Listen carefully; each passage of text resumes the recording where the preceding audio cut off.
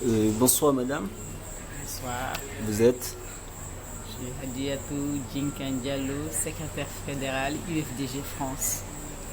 Madame Adiatou Djinka Diallo, nous savons que le congrès de l'UFDG doit se tenir demain.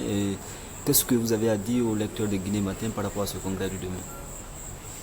Alors, je dis d'abord bonjour aux lecteurs de Guinée Matin et je dis merci au quotidien de Guinée Matin. Grâce aux éditorialistes que vous êtes, la parole de l'UFDG est diffusée à un large public.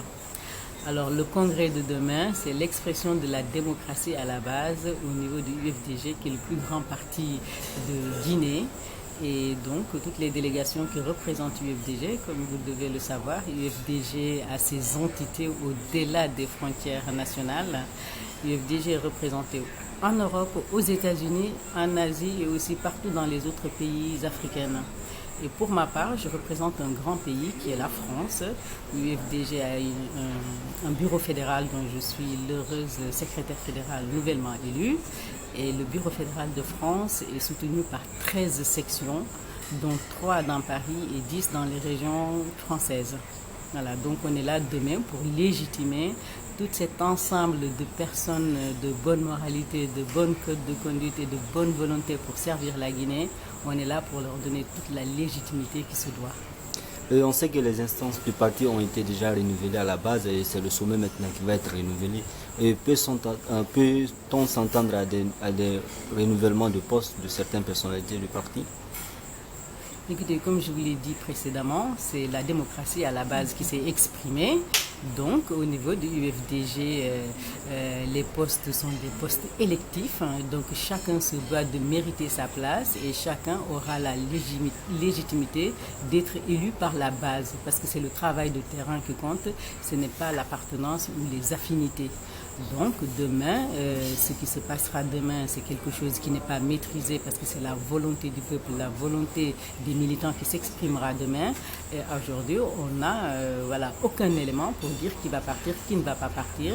Est-il que ceux qui seront élus demain seront les personnes qui sont légitimées et ceux qui ne le seront pas, je les encourage à continuer le combat parce qu'on n'est pas en rapport de défiance, on n'est pas en guerre, on est en compétition et le lendemain de la compétition, qu'on soit élu ou pas, lors qu'on a des convictions à défendre, UFDG nous donne le panel, la place pour nous exprimer en toute liberté et dans la démocratie absolue.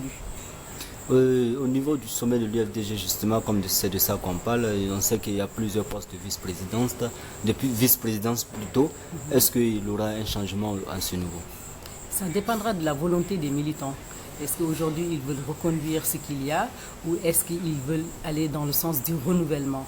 Donc c'est la volonté des militants et la secrétaire fédérale que je suis avec son regard extérieur ne peut qu'apprécier et s'associer à la volonté des militants à la base. C'est ce que je suis d'ailleurs et je vais m'exprimer mon vote et ça ira à la faveur de celui qui aura présenté pour moi le programme le plus adéquat, le programme qui est plus amène à être au service des Guinéens. Si madame avait à proposer une structure, quelle sera la structure qu'elle aura proposée? Quelle structure?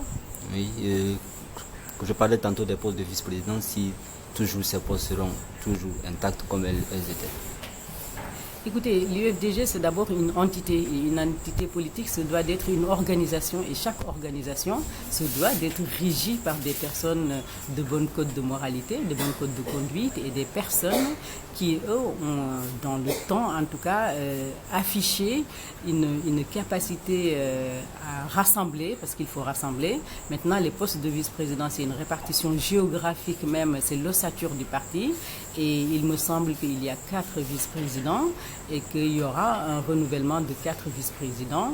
Et comme je vous l'ai dit, c'est la volonté du peuple. Je crois que l'ossature lui-même du parti, architecturalement tel qu'il est, ça ne changera pas. C'est peut-être les personnes qui changeront et cela encore, ça dépendra de l'expression de la démocratie à la base. Donc l'expression des militants, non pas des dirigeants.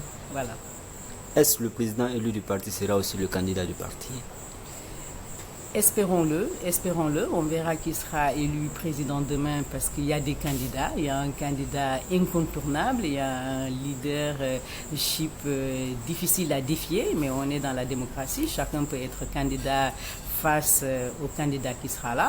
Et là encore, c'est le peuple qui s'exprimera. Ce n'est pas une personne qui s'autodésigne, ce n'est pas quelqu'un qui va choisir, c'est le peuple qui parle. C'est ça la démocratie et c'est ça dans UFDG. Vous pensez que qui sera le challenger de LHCL? On verra qui aura le courage. Il faut avoir le courage d'être en face de lui. Et le UFDG est régi par le truchement des textes statutaires. Et ces textes statutaires-là sont clairs à son article 1. Il me semble bien que toute personne détenteur de carte de UFDG est potentiellement candidat pour être président de UFDG. Maintenant, il faut que les personnes aient le courage et il faut que les personnes aient un programme qui peuvent présenter et qui soit fait dans le sens de servir la Guinée. Il faudra confronter le programme de cette personne-là et au programme que proposent les autres candidats et on verra, le peuple s'exprimera. On sait que d'habitude l'UFDG avait son dernier congrès, c'était au siège du parti. Cette fois-ci, pourquoi le palais du peuple? Écoutez, vous savez, on est dans une société en mutation. UFDG a pu exister à un moment dans des cours ou dans des terrasses et à un moment à un parti. Donc aujourd'hui, c'est au Palais du Peuple. C'est un prémisse. Ça veut dire qu'on est dans le progrès et on est dans le bon sens du progrès. Et le prochain se fera encore beaucoup plus loin que ça. Voilà, on est dans le mécanisme d'alternance et ce mécanisme d'alternance-là a fixé son premier pas au temple même de la République, le Palais du Peuple. Et demain, aussi, on aura à fêter autre chose ailleurs. Et je vous invite tous à être là. Ok, votre dernier mot? Mon dernier mot, c'est de dire que l'UFDG, au-delà d'être un parti politique, c'est d'abord un panel, une plateforme de rencontres, d'échanges, de relations humaines. C'est un lieu où on est libre de nous exprimer, où on peut défendre nos convictions. Et j'invite tout un chacun, que vous soyez politique ou pas, à participer à cette aventure UFDG qui est là pour la providence, pour l'opulence, pour tout le monde. Merci, madame. Merci à vous.